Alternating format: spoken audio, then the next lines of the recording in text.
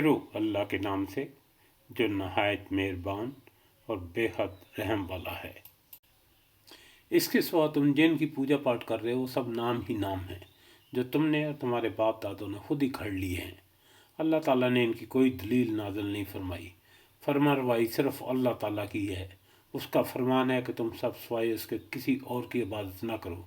यही दीन दुरुस्त है, लेकिन अक्सर लोग नहीं जानते।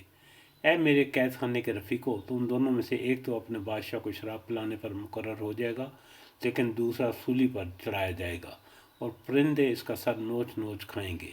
तुम दोनों जिसके बारे में तहकीक कर रहे थे उस काम का फैसला कर दिया गया।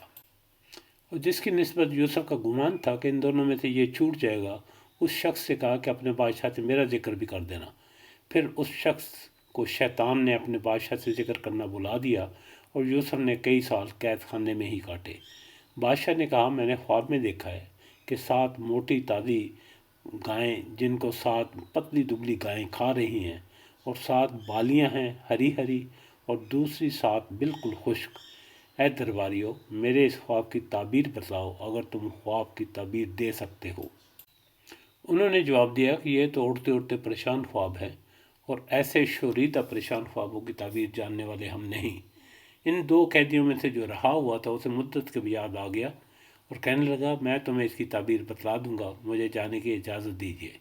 ऐ यूसुफ, ऐ बहुत बड़े सच्चे यूसुफ, आप हमें इस ख्वाब की ताबीर बतलाइए कि 7 मोटी ताज़ी गायें हैं जिन्हें 7 दुबली पतली गायें खा रही हैं, और 7 बिल्कुल सब्ज़ खोशे हैं और 7 ही दूसरे बिल्कुल खुश्क हैं, ताकि मैं वापस जाकर उन लोगों से कहूँ कि वो सब जान लें।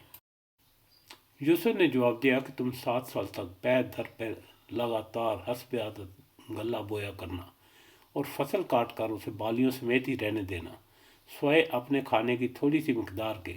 इसके बाद 7 साल नहायत सख्त कहत आएंगे और वे इस गले को खा जाएंगे जो तुमने उनके लिए ज़ख़ीरा रख छोड़ा था, स्वयं उस थोड़े से के जो तुम रोक रखते हो। इसके बाद जो साल आएगा उसमें लोगों पर खूब बारिश बरसाई जाएगी और उसमें शीरें अंगूर भी खूब निचोड़े गें।